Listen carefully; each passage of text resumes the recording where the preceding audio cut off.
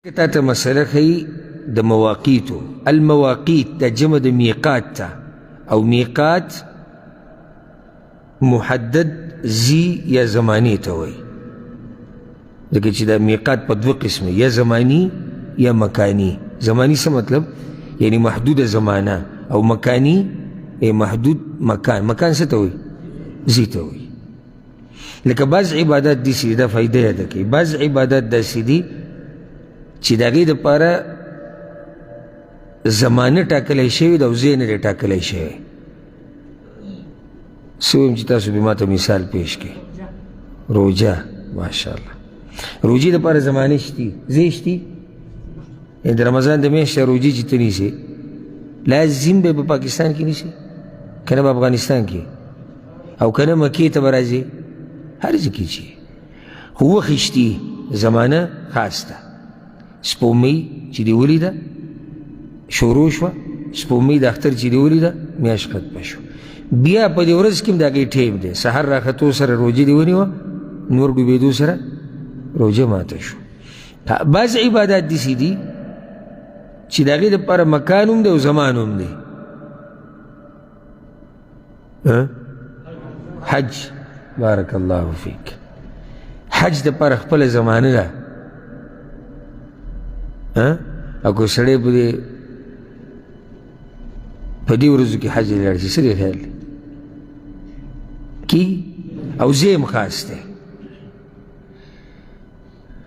زموږ طرف بوته خو سند کې چېرته یو ځای کې شروع کړې ده لیدلی به یې تاسو قبر هلته هغوی وایي یو انټرویوار وي دلته څه کوي مور مې حج له راوستی دی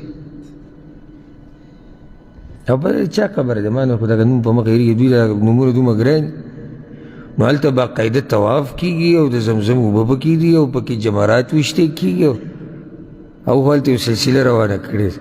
خو نور حج شرعي حج دې له به لازم ته مکې ته راځي. عرفات مزدلفه مینا ځای دی او زمانه هم ده او بیا د دې هر عمل بیا خپل ځای دی او خپله زمانه ده. یو کس راته خبره کوله وی حج له تللي اوس ملګري وو موږ نو مزدلفه کې مې شپه کوله دا یو ملګری زموږ نه ګډوډ شو. دی ګډوډ شو د عرفات په ورځ رانه ګډوډ شوی دی. نو بس بیا چې کله د اختر په ورځو سره موږ میلاو شو مینا کې موږ ورته یې لکه ته ورک شوی شیطان دې ویشتی دی که نه موږ دا خلک ورته شیطان وه الجمرة الکبرى غټه جمره غټ شیطان دې ویشتی که ما وی بوخا ویشتی سک بوخا خو نن د ویشتو ورځ وه زه وی د عرفات نه چې داسې ورمات شو ډارې کې لاړم اور څه خالي پراته و دې د مزدلفې نه مې اورېدلی مینا ته تللی دی مزدلفې پسې مینا راځي نو سوچ یې کړی چې دا خو مزې دي هر څه خالي پراته دا خلک لیوني دي وي په حج کې رش قبضې کړي او نښته دی دغه شیطان ته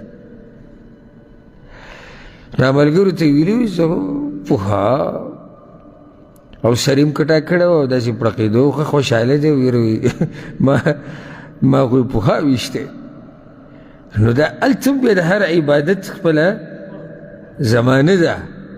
ښه مونځ دپاره زمانه خو لازم ده یعنې مازدیګر مونځ ته سهار کولی شي نشي سهار مونځ ته مازدیګر نشي کولی الا چې معذور هغه جدا مسله ده هغه به خپل دغه راځي او ځای هم شتي د نارینهو دپاره فرض مونځ دپاره کوم ځای دی جومات دی. خو دې کې صرف دومره دی چې هغه ځای یو ځای محدود نه دی لکه دا لازم نه دی چې صرف په جومات کې مونځ کېږي.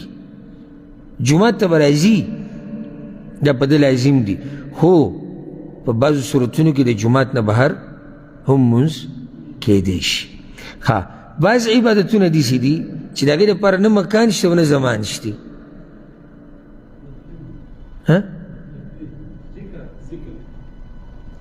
ذکر بارک الله فیک روجې کې خو ټیم شتي که نه نفلي روجې دپاره خو زمانه شتي که نه سهار به روجه نیسي ماښام به ماته ذکر صحیح دی د بعضو اذکارو دپاره زمانه شتي مطلق ذکر وایي عام اذکار چې کوي او هر ټیم کولی شي صدقه ورکول زکات ورکول جهاد کیدی شي سنه سم مکان تعدید بګرای شي، خو دا هغه عبادت دی چې دا دې لپاره مکان او زمان هغه نشتی ده. مې ستاسو ته فایده ذکر کړه او چې تاسو پې پوه شئ. امید ده چې دماغ کې هم څه نه څه نه شي. نو کتاب باب المواقیت او هر مونځ دپاره خپل ټیم دی. دا ګوره زما او ستا دماغو ته نه ده راځي. بعضو د دین نه سم داسې میراث جوړ کړی دی چې بس خپله مرضي دې ده. الله وی ان الصلاة كانت على المؤمنين كتابا موقوتا، یقینا مونځ فرض کړی شوی دی په مؤمنانو باندې په خپلو خپلو وختونو کې، په خپلو خپلو وختونو کې. دا ته نه مخکې کولی شي او نه وروستو کولی شي الا چې عذري. یاره سهار 7 بجې د مازدیګر سهار د مونځ ونه کړو، دا داسې نه چې ته په خپله مرضی کې او یا د کار په ټیم به یې وکړو. او یا خیر دی غریب نن د سکول چوټي ده، مور پلار پکې بس ده ووایي وایي د نن څه ده د سکول چوټي ده. او زمونږ والده الله دې پرې رحم وکړي، ما ته د هغې خبره اوس پورې یاده ده چې وړوکوالي کې کومه خبره سړي ته وشي چې زه سکول ته تلم او لیټ شوم، زه به راپاڅولم منزله به زه تلم جومات ته. نو یو ورځ لیټ شوم راپانسېدم، بیا ولاړو مونځ مې کوو. نو چې ناشتې راکړه بیا په ناشته کې ما ته ویې ګوره په دې د الله نه څوک نه خلاصېږي، په دې ګورې د الله نه څوک نه خلاصېږي چې تا دلته 2 رکعاته وکړو. سړي جومات ته ځي او د مانځه خپل ټیم دی، ته د ګړۍ ته دې وګورو داسې ټیم دی. هغه خبره زما ذهن کې اوسه پورې ناسته چې په دې ګورې ته د الله نه شي خلاصېدی.